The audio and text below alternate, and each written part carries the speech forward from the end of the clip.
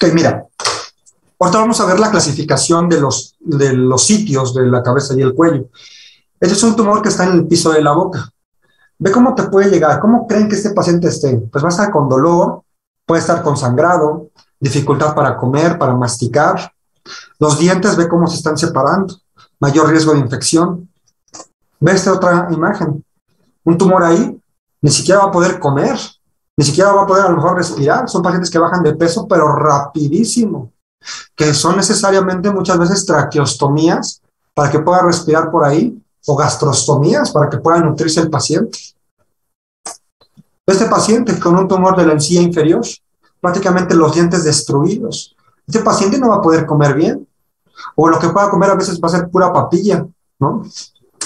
Este paciente, a lo mejor empezó con una úlcera en la lengua, que es cierto, a lo mejor de forma inicial, si a ti te llega un paciente con una úlcera en la lengua, no sospechas en primera instancia es cáncer.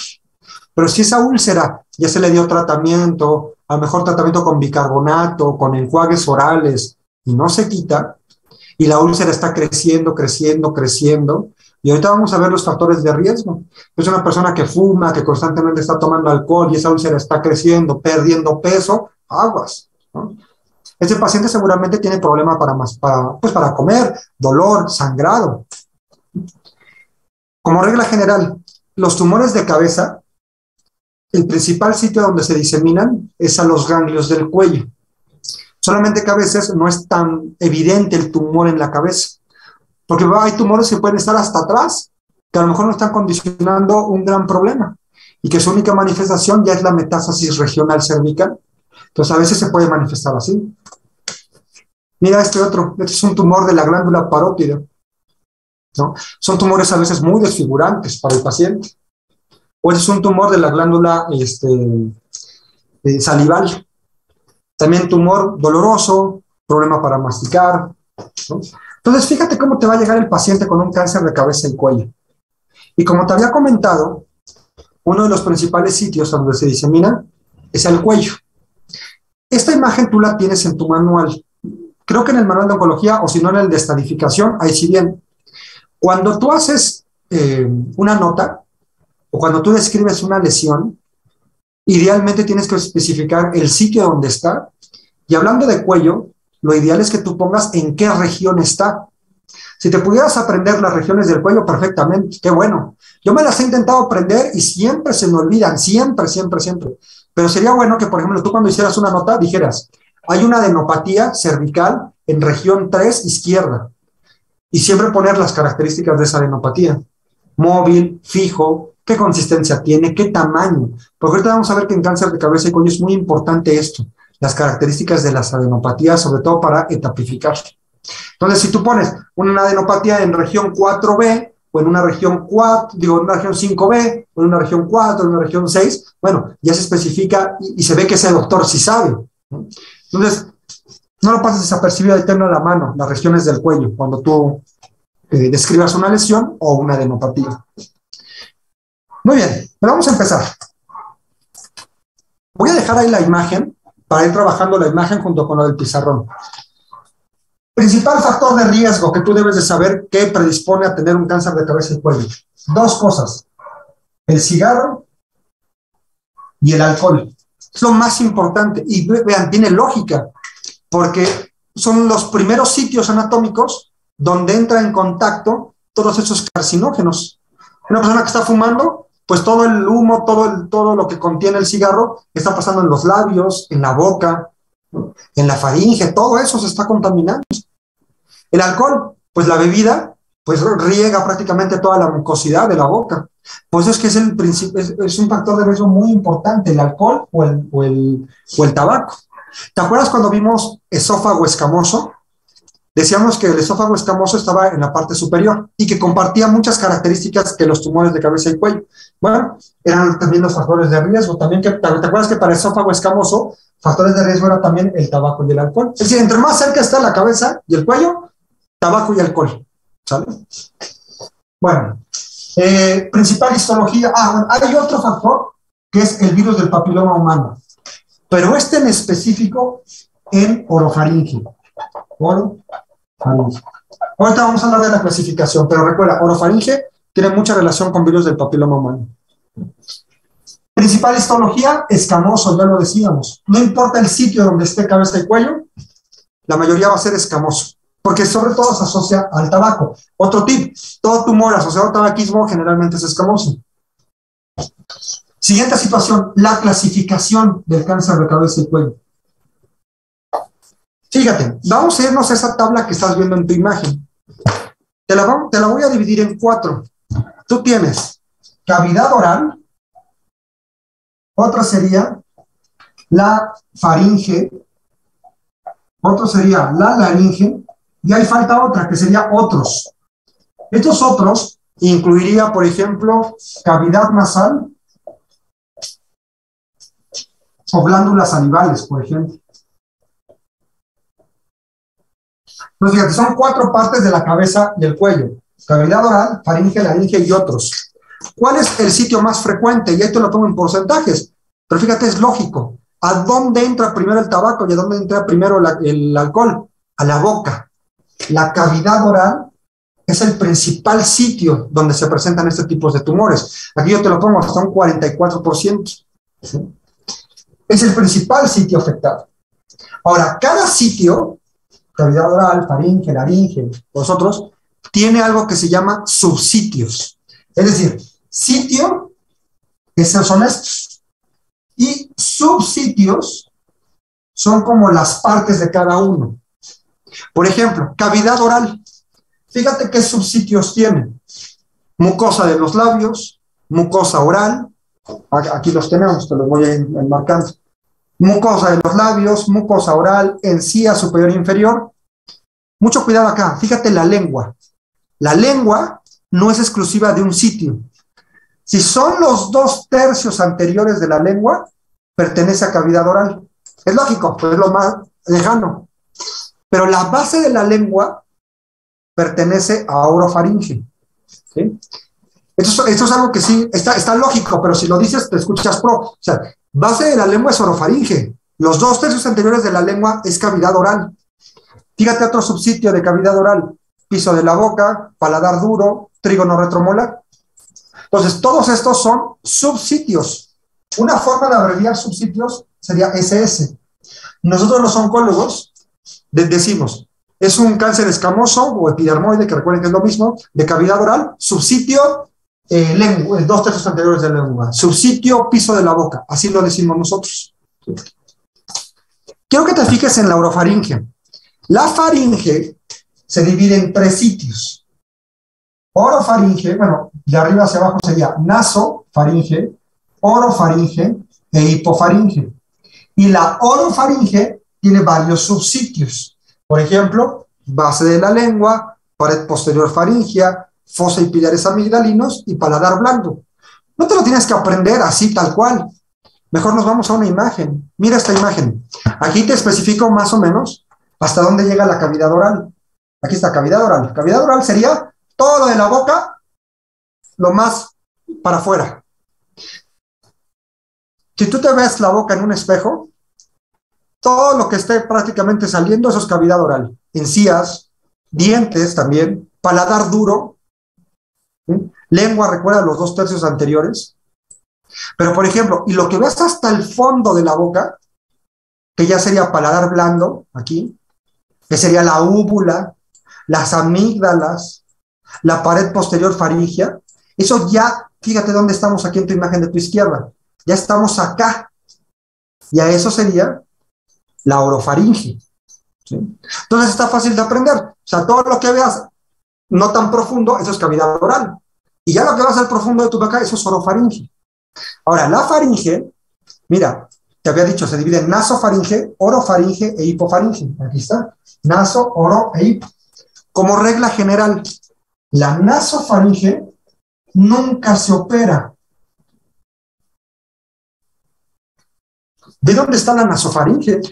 Está en un sitio muy difícil de acceder, ¿estás de acuerdo? Está atrás de la cavidad nasal, está por arriba de la úvula, por atrás, está pegada ahí al hueso. Un cáncer en nasofaringe, acá, nunca se opera. porque es muy difícil el abordaje quirúrgico ahí, en esa parte está atrás, no se puede, está muy difícil. Entonces, como regla general, aunque sean etapas tempranas, la nasofaringe nunca se opera, recuerda eso, ¿vale? Ya después tenemos a la laringe. Aquí no te la divide, pero pues la laringe involucraría todas estas partes y te la divide en supraglotis, glotis y subglotis. Entonces, tú en base a tus estudios de imagen que tú tengas, que ahorita vamos a ver cuáles son, y en base a tu exploración, tú vas a definir el sitio donde está el tumor. Si es cavidad oral, si es faringe, si es laringe o si son otros. Y ya si alguno tenga un subsitio, como cavidad oral o como orofaringe, pues ya tú especificas, subsitio tal. Muy bien. Bueno. Ok. Vámonos ahora con abordaje diagnóstico. Tú tienes un paciente con sospecha, te llega una de esas lesiones que te mostré al inicio. Esto acá. Okay. Tú llegas te llega un paciente con alguna lesión en la lengua que está creciendo. Primer paso a seguir, una biopsia de esa lesión. Yo te recomiendo que aquí la biopsia no la hagas tú, las envíes con el oncólogo quirúrgico. ¿Por qué que la envíes con el oncólogo quirúrgico? Porque son lesiones muy sangronas. Tal vez si tú te avientas a hacer una biopsia de cabeza y cuello es muy sangrón, que era una úlcera chiquitita ahí en la lengua. Le tomas biopsia, puede sangrar. Un tumor del labio sangra, y a veces te pones así todo estresado. No, ¿sabes qué? Ante la sospecha, mejor con el oncólogo quirúrgico, hay sospecha de neoplasia. Ya el oncólogo quirúrgico definirá si le toma biopsia o no, que sería lo indicado ante una sospecha, ¿no? Segundo, estudio de imagen. Ya si tienes el diagnóstico de que efectivamente es un cáncer, pues sería complementar con un estudio de imagen para etapificar. ¿Qué estudio de imagen te recomienda la NCCN? En orden descendente, en cuanto a especificidad y sensibilidad, lo que más se te recomienda es pedir un PET-CT. Si no puedes PET-CT o una resonancia, y si no puedes la resonancia, tomografía.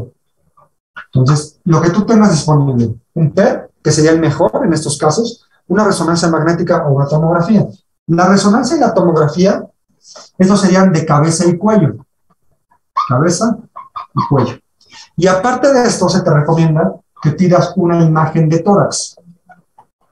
Como ya te comenté, el principal sitio donde se va es a los ganglios regionales cervicales, pero el siguiente sitio que da metástasis a distancia es pulmón, por eso es que tú tienes que pedir una imagen de tórax. Puede ser una radiografía o una tomografía, no importa. Tercero, algo que fíjate que a nosotros los oncólogos muchas veces se nos va, la evaluación dental. Tú ya viste las imágenes, son tumores desfigurantes, que alteran mucho la dentadura. Entonces, ese paciente amerita una evaluación odontológica, una evaluación dental, sobre todo para hacer limpiezas, para descartar que no tenga un absceso, para proteger las piezas dentales. Y otra cosa muy importante, una evaluación nutricional. ¿Sí? Es algo que también a veces a nosotros se nos pasa.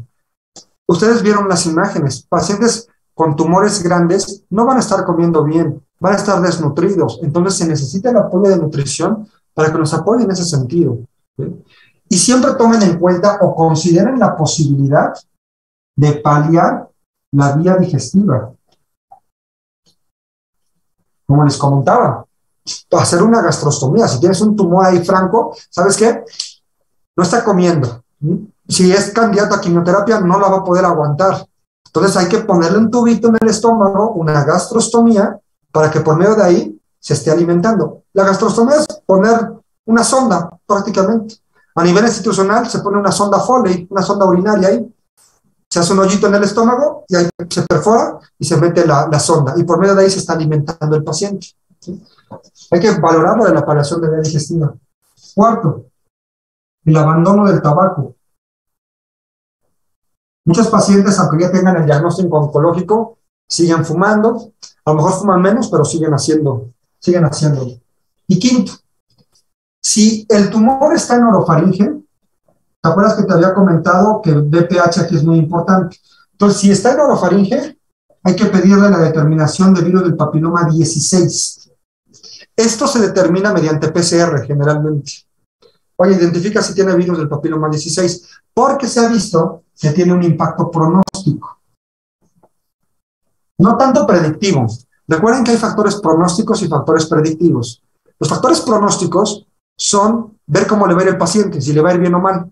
Y los factores predictivos son los que predicen respuesta. Se ha visto que virus del papiloma humano sí se ve en pronóstico. Es decir, si tú tienes virus del papiloma humano, te va mejor a que no lo tengas. Fíjense, si lo tienes, te va mejor a que no lo tengas. Y el factor predictivo significaría que si tuvieras VPH positivo, sería candidato a un medicamento extra. Eso sería predictivo. Aquí, aunque se ha estudiado esa situación, hasta donde yo sabía, solamente era un factor pronóstico.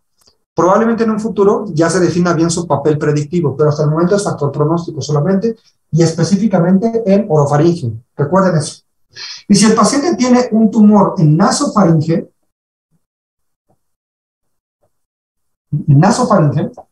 aquí hay que determinar virus de Epstein-Barr. Virus de Epstein-Barr. Fíjate que aquí se te puede ocurrir una pregunta. Oiga, doctor, y si el tumor no es accesible, ¿cómo le van a tomar la biopsia? Supongamos que está en nasofaringe. ¿Cómo llega hasta allá el cirujano? O si está en orofaringe o en laringe, ¿cómo está?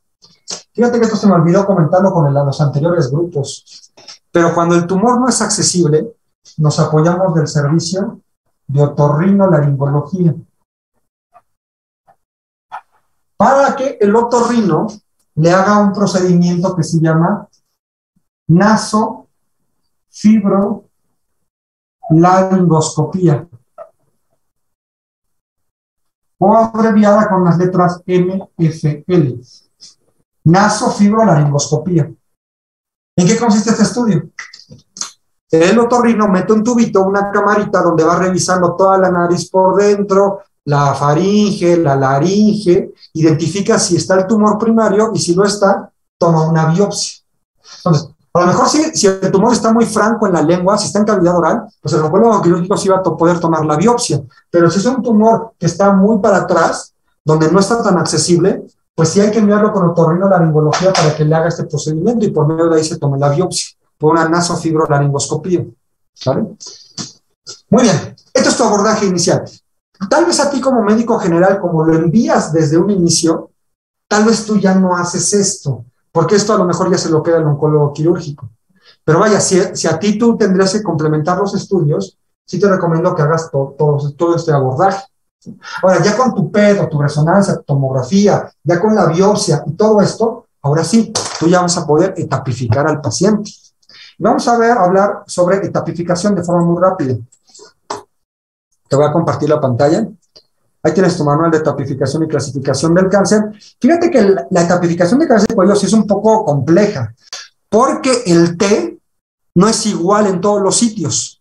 Tienes un T para labio y cavidad oral. Tienes un T para orofaringe, virus papiloma 16 negativo. Tienes un T para hipofaringe. Tienes un T para laringe, supraglotis. Tienes un T para laringe, glotis. Y tienes un T para subglotis de laringe. Entonces, sí son diferentes. Comparten ciertas características. Comparten tamaño tumoral, comparten si invaden estructuras o no, comparten el grado de profundidad en algunos casos. Pero, bueno, no tienes que aprender. Ahí sí te llega un paciente, ya con tu tomografía, tu resonancia, tú identificas qué sitio es, ya con tu biopsia confirmas el diagnóstico y ahora tú le tratas de dar un T en base a tus estudios de imágenes. La N también es algo compleja, porque aunque en general comparten todos la N, cambia un poco para los tumores BPH positivos, 16. Pero fíjate, más o menos en qué consiste la N. ¿Cuántos ganglios tienes cervicales? Recuerda que cervicales son los regionales. ¿Cuántos ganglios tienes? Si están solamente de un lado o de ambos lados. Si están del lado de la lesión. ¿Cuánto miden? Y si tienen una característica patológica que se llama extensión extranodal, que eso se abrevia con las letras N. Ahí la tienes. Entonces, mira, vamos a poner un ejemplo. N1. Metástasis en un solo ganglio linfático ipsilateral, menos de 3 centímetros y con extensión extranodal negativa. Es decir, supongamos que yo tengo un tumor en la lengua y tengo un ganglio de ese mismo lado. Si no veo ningún otro ganglio, no palpo ningún otro ganglio, si por imagen no hay otro ganglio, solamente hay uno y mide 2 centímetros, eso sería un N1. ¿Sí? Finalmente, la M, pues prácticamente solamente hay M0 sin metástasis y M1 con metástasis. ¿Sí? Quiero que, bueno, y aquí en tu manual vienen todas las combinaciones. Quiero que recalquemos en esto. Fíjate las etapas 4. Etapas 4 tenemos etapa 4A, 4B y 4C. Pero chécate que la única que es metastásica es la 4C. La 4C es la única que es metastásica. Es decir, tienes etapas 4 no metastásicas. Y para eso es importante que sí consideres esto, porque ahorita vamos a hablar del tratamiento. Entonces, te voy a dejar de compartir la pantalla y vámonos a tratamiento de cáncer de cabeza y cuello.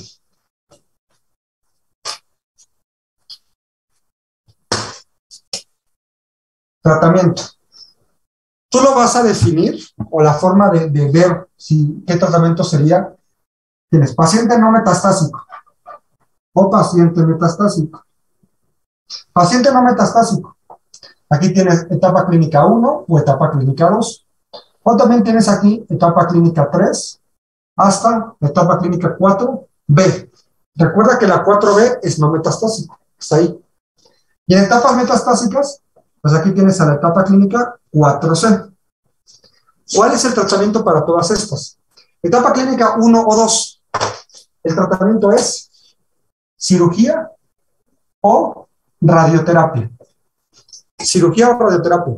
¿Te acuerdas que habíamos dicho que la nasofaringe nunca se opera? Excepto, bueno, aquí te lo vuelvo a recordar.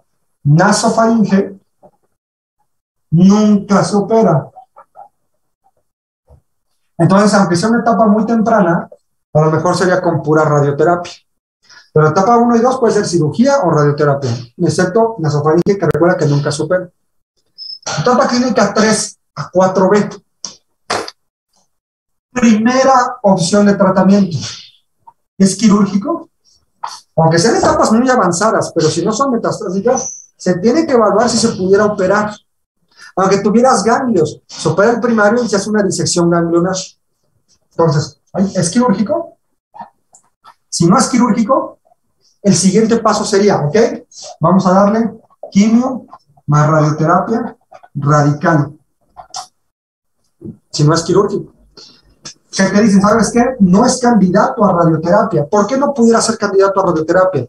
Porque si son tumores muy grandes, no caben en el campo de la radioterapia. Eso ya lo define el radiooncólogo. Si es un tumor muy, muy grande, tal vez no le puedan dar radioterapia.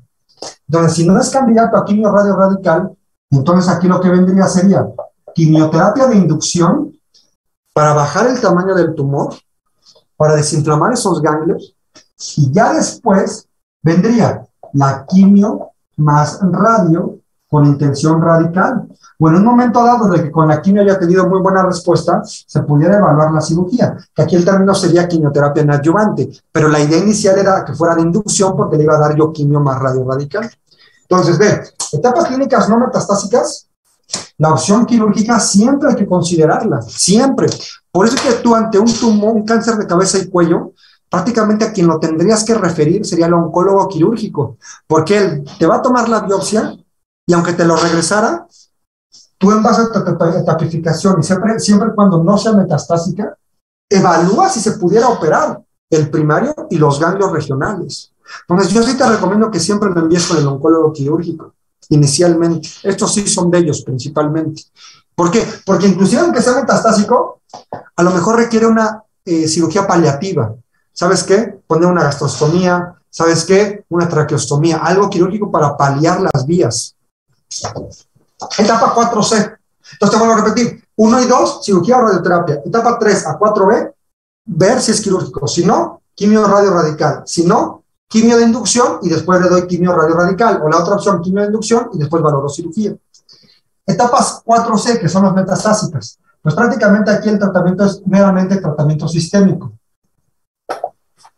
¿Qué tratamiento utilizamos? Puede ser quimioterapia, puede ser quimioterapia más un medicamento que se llama cetuximab, puede ser quimioterapia más un medicamento que se llama pembrolizumab, o puede ser pembrolizumab monodroga. Son varias opciones de tratamiento. Esto ya lo defino yo, el oncólogo médico, porque hay un perfil muy específico para cada tipo de tratamiento, ¿no?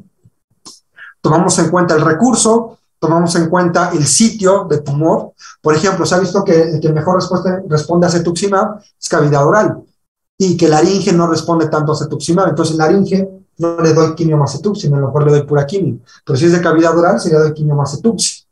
Ahora, lo más reciente, pues es darle inmunoterapia, quimio más pembro o pembrolizumab monodroga. Desafortunadamente, el costo y que muchas instituciones todavía no lo tienen autorizado para esta indicación, pues no se da muchas veces este tratamiento. Pero lo ideal sería quimio más pembro, por ejemplo. Este sería como que el ideal, quimio más pembro, ¿no? Bueno, este es el tratamiento de cabeza y cuello. Entonces, acuérdate cómo te llega. Oye, ya es una ulcerita que no se está quitando, está creciendo, fuma el paciente aparte, toma, perdiendo peso, ya está sangrando, aguas, envíalo que le tomen una biopsia. Y ya si te lo regresan, pues pídeles los estudios completos para tapificar, tu evaluación nutricional, tu evaluación dental. Recuerda, si es orofaringe, BPH, si es nasofaringe, Epstein-Barr. Con todo eso tapificas y ahora sí tú defines qué etapa clínica es, y si no es metastásica, que lo vea el oncólogo quirúrgico para ver si es operable. Y si es metastásica, pues aún así que lo vea para ver si lo puede paliar, le puede paliar algo, y si no, pues ya iniciar el tratamiento sistémico por parte de oncología médica. ¿Vale? Bueno, eso es cáncer de cabeza y cuello. ¿Alguien tiene alguna pregunta de cabeza y cuello? Son muy desfigurantes. La verdad es que cabeza y cuello, sí, pobres pacientes, sí la pasan muy mal. Bueno, ¿en qué cáncer no la pasas mal, no? Pero sí, cabeza y cuello sí la pasan muy mal. Doctor, ¿Sí? aquí la quimioterapia y radioterapia se puede dar al mismo tiempo, o como decíamos con el cáncer de mama, que primero era uno y luego... Ah, no, aquí se dan al mismo tiempo, quimio y radio, se dan juntas. Al igual que, por ejemplo, cervicuterino, quimio y radio juntas, con intención radical. ¿Vale? Gracias, doctor. Bueno, vamos con el otro tumor, ya para finalizar. Los tumores, bueno, de cáncer dermatológico. Tenemos 3 tipos de cáncer dermatológico: el vasocelular, el escamoso y el melanoma.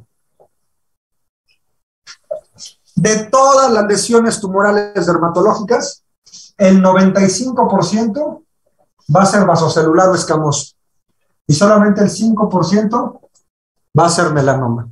¿Vale? ¿Qué te debes de fijar a tú como médico general? Nunca se te vaya a olvidar. El A, B, C, D, E. El A, B, C, D, E de las lesiones dermatológicas. Vamos a compartir la pantalla.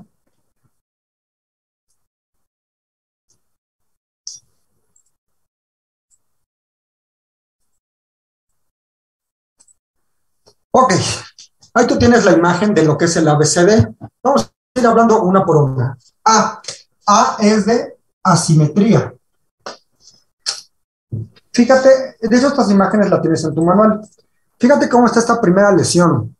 Es una lesión que a lo mejor hasta muchos de ustedes la pueden llegar a tener. Una lesión cutánea asimétrica, que no está bien que no está bien definida, que de un lado está diferente al otro lado. Asimetría es una de las situaciones que te harías sospechar en cáncer. Siguiente, los bordes irregulares. ¿Sí? Fíjate esta imagen. Los bordes no están muy bien definidos, a veces se pierden, no está bien redondeado. Son bordes que se meten y se salen. Bordes irregulares. C, color distinto. Mira esta imagen, esta lesión. Aquí hay varios colores. Está un color acá, otro color acá, otro color acá, otro color acá. O sea, que sea heterocromático. Que tengas en una misma lesión varios colores, aguas, color distinto. D, diámetro. ¿A partir de cuánto se consideraría una lesión sospechó, bueno, que te pudiera hacer sospechar, 6 milímetros. ¿Cuántos son 6 milímetros? Lo que mide de diámetro la goma de lápiz que utilizas para borrar. Más o menos de ese tamaño, para que te tengas una idea. 6 milímetros. Y evolución cambiante. ¿A qué me refiero con evolución cambiante? Que, por ejemplo, el último mes haya crecido esa lesión, que haya cambiado de color, que se haya vuelto negra, que se haya estado muy asimétrica el último mes. Ahora, no significa que si tú tienes solamente una característica ya es cáncer. Entre más características juntes, mayor probabilidad de que sea cáncer. ¿Sí? Puedes tener una lesión asimétrica, pero que la tienes desde hace años, desde que naciste y no ha cambiado, lo más probable es que sea benigno. Recuerda, evolución cambiante es una de las características más importantes. ¿Vale? Eso en cualquiera, o sea, tanto vasocelular, escamoso y melanoma. Siempre revisa esta situación. Ahora, principal sitio donde se genera el vasocelular escamoso y el melanoma. Vasocelular escamoso, áreas principalmente afectadas, las expuestas al sol. Por ejemplo, la cara o los brazos. Cara, brazos. ¿En qué pacientes es común encontrar los vasocelulares escamosos? Fíjense que una gran parte de la población que yo tengo de vasocelulares escamosos se da en campesinos, que ya de una edad ya avanzada. Apenas vi bueno, ya tiene algo de tiempo. Un paciente de 98 años con un vasocelular en el dorso de la nariz. A lo mejor ya por la edad, pues por las múltiples exposiciones que tuvo al sol, pero se da mucho en campesinos o en gente que está expuesta al sol de forma crónica. ¿Vale? Ahí sí, cara y brazos. Pero fíjense, melanoma. Melanoma, el principal sitio donde se encuentra es en extremidades inferiores. Y uno podría decir, doctor, pero nos habían dicho que también la exposición al sol predisponía para melanoma. Totalmente de acuerdo, totalmente de acuerdo. Pero entonces, ¿por qué es en extremidades inferiores el principal o lo más frecuente? Porque realmente las extremidades inferiores, seamos hombres o mujeres, generalmente es un sitio que lo tenemos tapado hasta cierto punto. Y uno de los principales sitios es en los dedos de los pies. Entonces, generalmente son áreas no expuestas al sol de forma rutinaria. Generalmente tenemos un calzado que nos protege. Entonces, ¿por qué se da el melanoma, sobre todo en extremidades inferiores y en los pies? Bueno, porque el sol, si bien es un factor de riesgo, no es el único. Aquí intervienen otros factores de riesgo, como por ejemplo, inmunodeficiencias, el fototipo que tú tengas. Esto probablemente ya lo vieron en dermatología. Existe una clasificación de fototipo que se llama de Fitzpatrick. Te la pongo, mira, ahí tú la tienes en... Aquí está. Esta es la clasificación de fototipo de Fitzpatrick. Uno es que seas muy blanco, pelirrojo, con ojos azules. Ese es el principal fototipo que te puede predisponer a un melanoma. ¿Sí? Es muy raro encontrar melanoma en raza negra. Fototipo 6, prácticamente es muy poco probable que tengas melanoma. ¿Sí? Pues fototipo 1 te predispone mucho. ¿Qué otras cosas? La cuestión genética. Por ejemplo, mutación en BRAF, que es un gen, o mutación en KIT, te puede predisponer a melanoma. Entonces, no solamente es la exposición al sol, intervienen otro tipo de factores que juntos predisponen a melanoma, y por eso es que no se da principalmente en los sitios de mayor exposición al sol.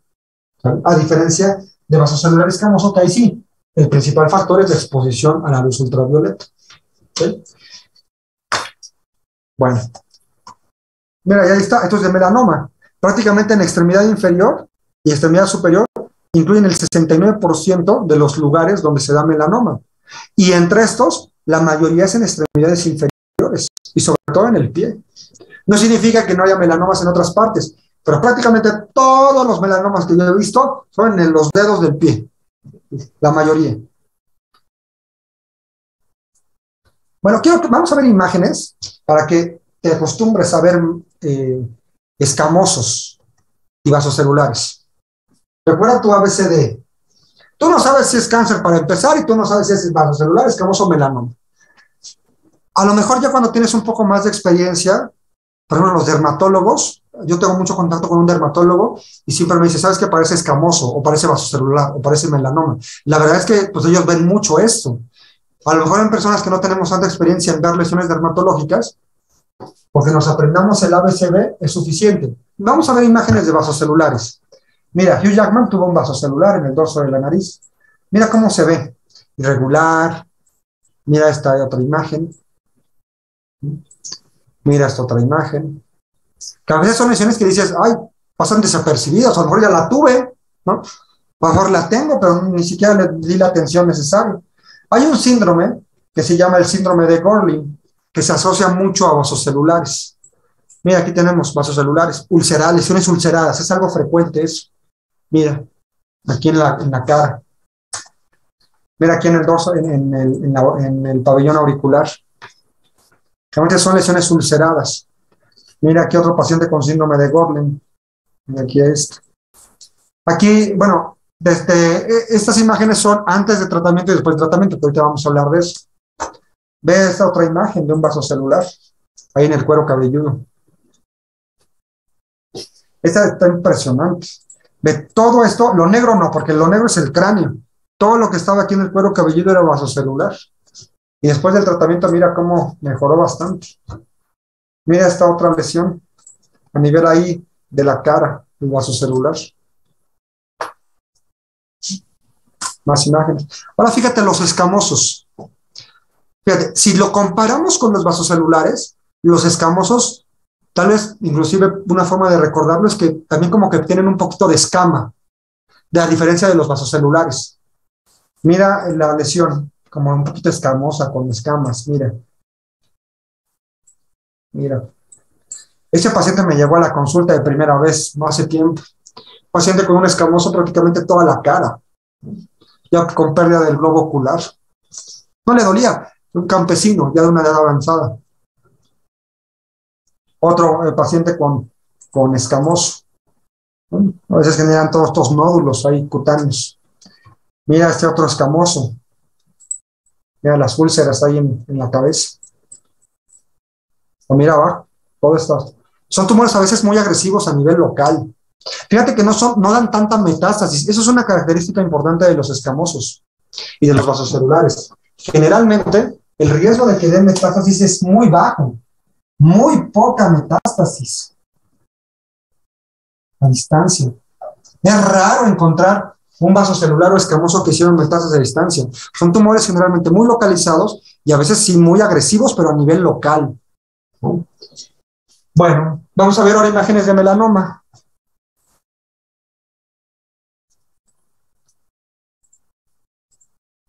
Bueno, miren, la típica imagen del melanoma.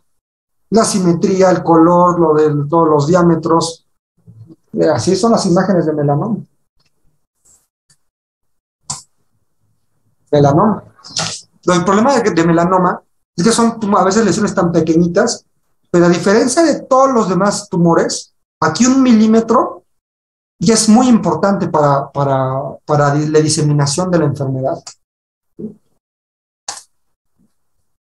Bueno, muy bien. Entonces, vamos a hablar sobre el abordaje diagnóstico. Entonces, tú tienes un paciente con estas características, una lesión cutánea. ¿Sabes qué? Está rara, está fea. ¿Qué tendrías que mandar a hacerle? ¿Sabes qué? Vamos a tomarle una biopsia para saber de qué se trata. ¿Quién hace las biopsias ante una sospecha de un vasocelular escamoso melanoma? La biopsia la puede hacer o el dermatólogo o el oncólogo quirúrgico. El dermatólogo o el oncólogo quirúrgico. Ahora, independientemente de esto, ¿sabes qué? Ya, la biopsia me dice que ya es un cáncer, un vasocelular, un escamoso, un melanoma. Ya tienes el reporte histopatológico. Eso sería tu primer abordaje, la biopsia. Lo primero, la biopsia. Segundo abordaje, ¿qué estudios tendrás que solicitar aparte? Muy probablemente ya desde aquí, pues a lo mejor ya lo pierdes tú como médico general, porque si no el oncólogo quirúrgico ya le va a hacer el seguimiento. A lo mejor el dermatólogo sí te lo regresa. ¿Qué tendrías que hacer? Si es vasocelular o escamoso, ya, hasta ahí acabó. Ya no necesitas imágenes. Ya no necesitas imágenes. A menos que haya clínica. A menos que haya clínica. O sea, como yo te había comentado, vasocelular escamoso hacen muy poca metástasis a distancia. Como te he comentado, el principal sitio es a nivel de la cara o los brazos. Siempre revisa los relevos ganglionares, siempre. Por ejemplo, de cara, revisa siempre cuello. ¿Sabes qué? No le palpo nada en cuello. Fue un vaso celular. No merita ninguno, ni tomografía, ni ultrasonido, nada. No merita nada. Porque generalmente están muy localizados el vaso celular y el escamoso. Afortunadamente, porque es la mayoría. ¿Sí? Son muy localizados. Entonces, no meritas otro estudio de imagen. ¿Qué pasa en melanoma? El melanoma cambia un poco. El melanoma es muy agresivo. En melanoma, tú lo que tendrías que hacer es ver si hay ganglios clínicos. Entonces, ¿no hay ganglios clínicos o si hay ganglios clínicos? ¿A qué me refiero con esto de los ganglios clínicos? Vamos a poner un pie. Como te he comentado, melanoma, el principal sitio original primario es en las extremidades inferiores y sobre todo en los pies, en los ortejos. Entonces, fíjense, ustedes como médicos se tienen que checar el pie, la planta del pie, siempre, siempre, entre los dedos, no van a tener una lesión ahí, con esas características de ABCD. Y el principal sitio donde se disemina melanoma es a los ganglios de la ingle, a nivel inguinal. Esto siempre, siempre tómenlo en cuenta. Mañana que veamos primarios desconocidos, ese tema está padrísimo, porque vamos a aterrizar todo lo que vimos en todo el curso. Porque puede ser que el paciente te debute con una adenopatía inguinal. Ajá, ¿y dónde está el primario? Adenopatías inguinales, nunca pierdas que pudiera ser un melanoma, porque esa es donde se va, y que a lo mejor está entre los dedos, y el paciente nunca se percibió de eso. Entonces, fíjate, lee el caso clínico de melanoma, está súper interesante, es un paciente que me llegó en la vida real. Ese paciente tenía una lesión en el ortejo, ¿no? Nadie le hizo caso a eso. Y de repente el paciente se empezó a sentir una bola en la ingle. Va con un médico y pensó que era una hernia. De hecho, lo operaron de la supuesta hernia. Y ya cuando operan la hernia, pues no fue una hernia, era un conglomerado ahí inguinal, secundario a un melanoma que tenía en el ortejo. Siempre recuerda esta historia del melanoma. En el dedo del pie y se va a la ingle. Siempre, siempre, siempre, siempre, siempre. Entonces, ya tienes la biopsia de acá, sale melanoma.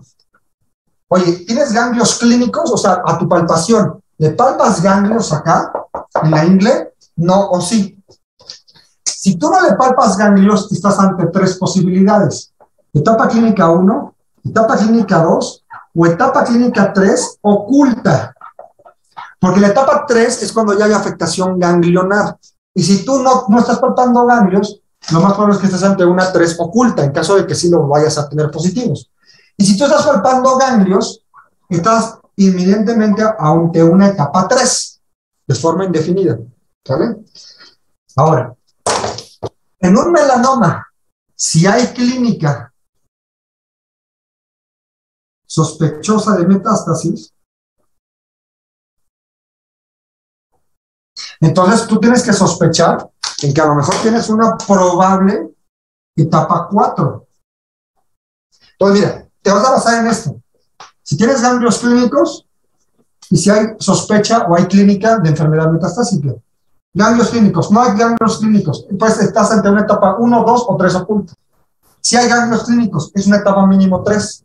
Hay sospecha de metástasis porque el paciente está convulsionando, porque el paciente está con disnea, probable etapa 4. En base a este abordaje inicial, tú vas a pedir los estudios a continuación. Etapa 3 o etapa 4. La etapa 3 oculta no la sabes, porque no hay ganglios positivos. Ahorita te voy a decir cómo se aborda esto. Pero entre una etapa 3, porque tú palpaste ganglios, o ante una sospecha de una etapa 4, ¿qué estudios tendrías que solicitar? Un PET-CT o una tomografía completa.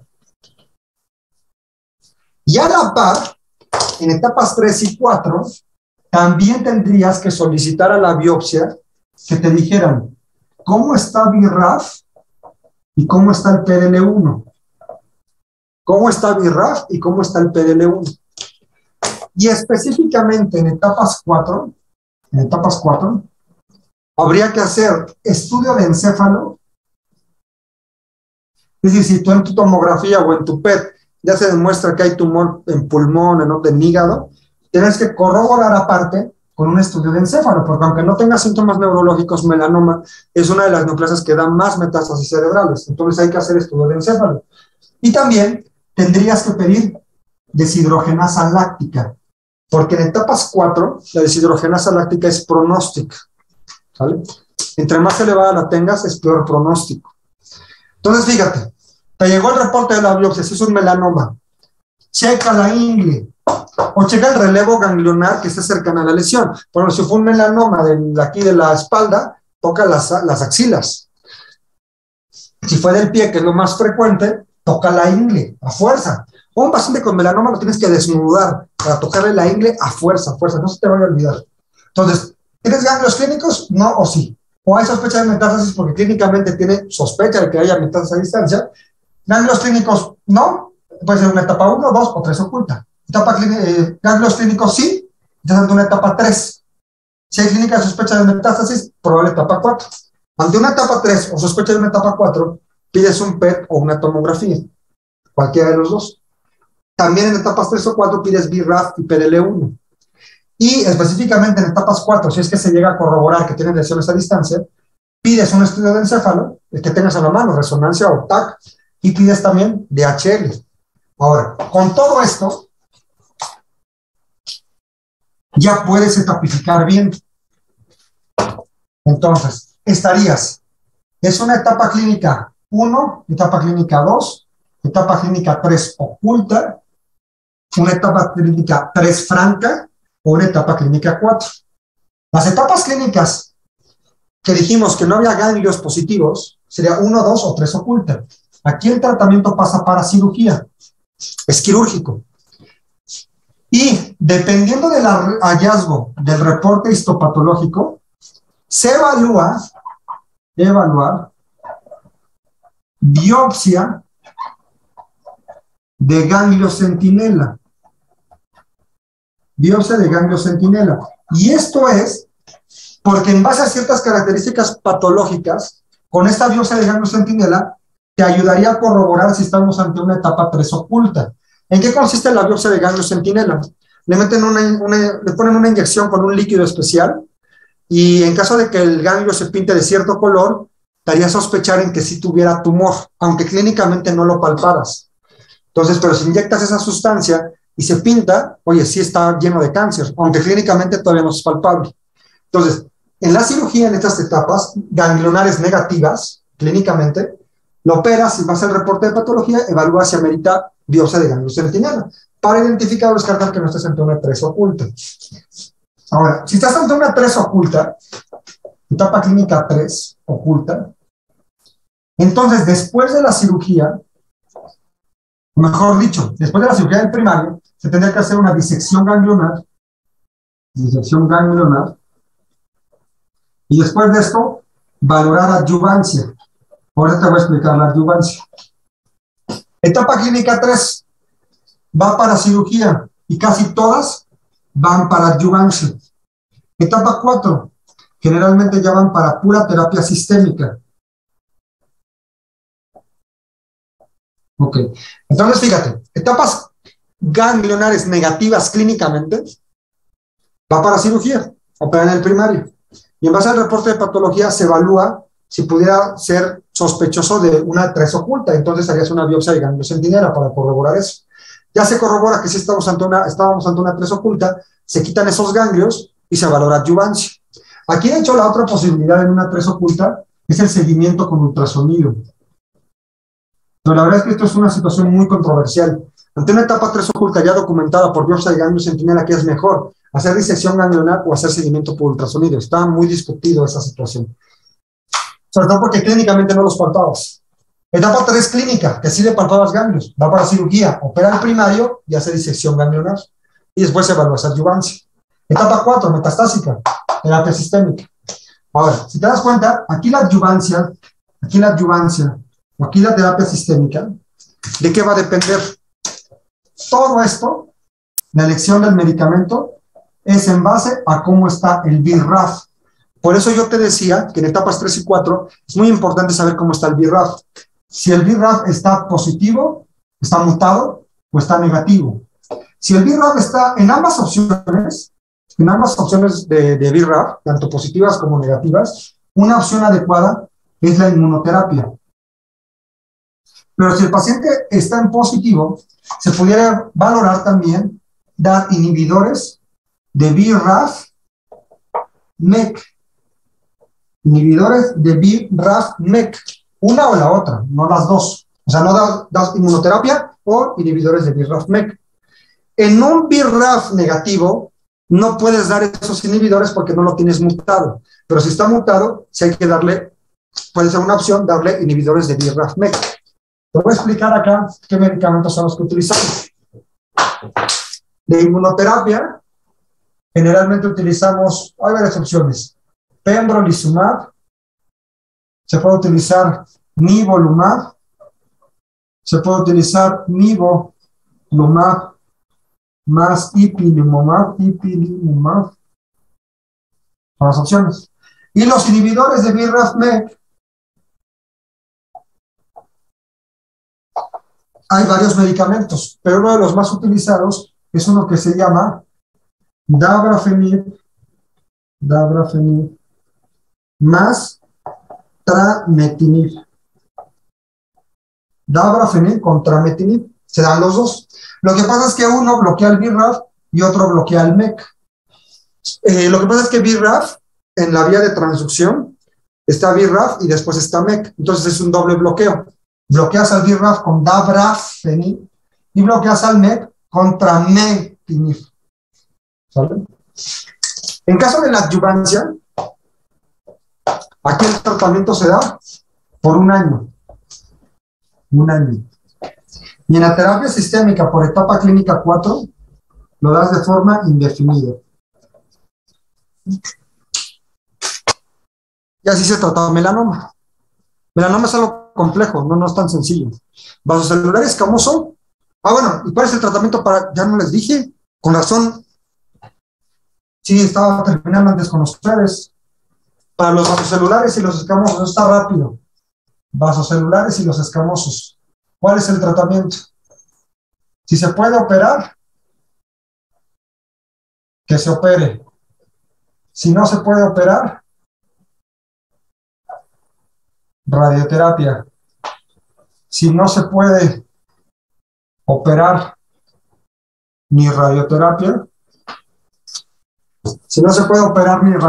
en los vasocelulares y los escamosos, dejas pura terapia sistémica. Y la terapia sistémica depende si es vasocelular o si es escamoso. Si es vasocelular, existen unos medicamentos especiales que probablemente nunca los habían escuchado, que se llaman inhibidores de la vía Hedgehog. Inhibidores de la vía Hedgehog. Y uno de esos medicamentos es uno que se llama Vismodegib.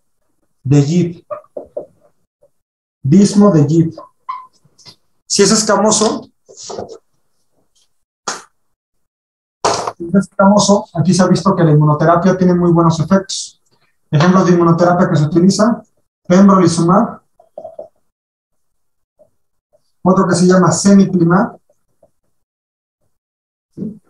¿Qué pasa en la vida real? Es raro que el vasocelular o el escamoso necesiten terapia sistémica, porque la mayoría o se opera o se le da radioterapia. Pero se han llegado tumores muy agresivos, por ejemplo el señor que les enseñé, toda la cara desfigurada. Eso ni se puede operar ni se puede dar radioterapia. Entonces, como otra opción es la terapia sistémica. Y realmente es muy poco probable que a veces el paciente tenga el recurso para comprar Vismodegib, si es vasocelular, o tenga pembrolizumab o semiplimab al acceso. Entonces, muchas veces le dejamos con pura quimioterapia. Y la quimioterapia que se utiliza es basada en platino. y generalmente el medicamento que utilizamos es cisplatina. ¿Vale? Entonces vean el tratamiento para melanoma y el tratamiento para vasocelular y escamoso. Vasocelular y escamoso, pues lo ideal es que se operen. Si no se puede operar, radioterapia. Y si no se puede ni operar ni radioterapia, estos medicamentos. Si es vasocelular, Vismodegib. Si es escamoso, Inmuno. Que no tengo ni acceso ni a Vismodegib, ni a vasocelular, ni a ninguno, quimioterapia basada en platino. Fíjense que una vez me tocó un paciente que me lo enviaban para adyuvancia de un escamoso y el médico le puso, sugiero Vismodegib. A la chingada. ¿Por qué? Ni siquiera era oncólogo. No sé, a lo mejor buscó en internet y le salió Vismodegib, ¿no? O sea, Vismodegib solamente está indicado para el vasocelular. ¿Sí? Y en casos irresecables, no está indicado como adyuvancia. De hecho, en los escamosos y en los vasocelulares generalmente no se da adyuvancia. Ahí en su manual yo les puse unos cuadros de bajo riesgo y alto riesgo, que si el paciente cae en alto riesgo se pudiera valorar dar radioterapia adyuvante, pero eso ya depende, a veces no se da eso. Lo más probable es que si se opera y se quitó y ya, ¿no? Pero bueno, se pudiera considerar radioterapia adyuvante, pero no hay terapia sistémica adyuvante, ni en vasocelular ni en escamoso. Y esos medicamentos solamente se dejan en caso de irresecabilidad y en caso de que no se pueda dar radioterapia. Y melanoma, recuerda, ¿clínicamente hay ganglios o no? Si no hay ganglios, estás en una etapa 1, 2 o 3 oculta. Y en ese caso el tratamiento es quirúrgico. Ya en base al reporte de patología, si tienes ciertas características de riesgo, harías biopsia de ganglio centinela para ver si no estamos ante una 3 oculta. Y si se reporta que hay ganglio positivo, evalúas o dar un seguimiento con un ultrasonido inguinal o bien das disección inguinal y después valoras adyuvancia con terapia sistémica. Y si hay clínicamente ganglios, eso te haría una etapa 3.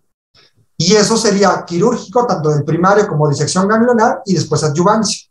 Y si estás ante una etapa 4 metastásica, vas para pura terapia sistémica. Vuelvo a repetir, tanto las adyuvancias como la terapia sistémica utilizada en el contexto ya metastásico es siempre la misma. Y todo esto va a estar determinado en base a si tienes tu BRAF negativo o positivo. BRAF negativo o positivo, ambos les puedes dar inmuno. Pero si tienes tu BRAF positivo, otra opción a considerar serían los inhibidores de BRAF-MEK, como dabrafenib y trametinib, ¿no? En adyuvancia el tratamiento se da por un año y en terapia sistémica en el contexto metastásico lo das de forma indefinida. Bueno, muy bien, pero recuerden, lo más importante yo creo que de lo que vimos hoy es cabeza de cuello, cómo te llega y que lo empieces a biopsiar como médico general. Y en tumores cutáneos, tu ABCD, y ante la sospecha lo empiezas a biopsiar. Eso es lo más importante como médicos generales que tú debes de quedar. Muy bien, ¿alguna pregunta o algún comentario? ¿No? Bueno, pues cuídense y nos vemos el día de mañana. Mañana vemos sarcomas y primarios desconocidos. Primero desconocido está súper padre, porque ahí aterrizamos todo. Es cuando no está claro el tumor y te aparece con una adenopatía cervical o con una adenopatía inguinal. ¿Qué estudios hacer? O con metástasis hepáticas, ¿qué hacer? No sabes dónde está el primario. Eso es el manejo del primario en estudio. Eso lo vamos a ver mañana. Vamos a aterrizar todo lo que vimos. Y sarcomas está muy padre porque viene lo del osteosarcoma y los sarcomas de tejidos blandos, ¿no? Entonces léanlo si pueden y mañana lo revisamos. Y ya el miércoles terminaríamos con toxicidades y urgencias oncológicas. Bueno, pues cuídense, que pasen una buena tarde. Nos vemos mañana. Y gracias por conectarse. Gracias, doctor. Hasta mañana. Gracias, doctor. Hasta mañana. Gracias, doctor. Gracias, doctor. Bye.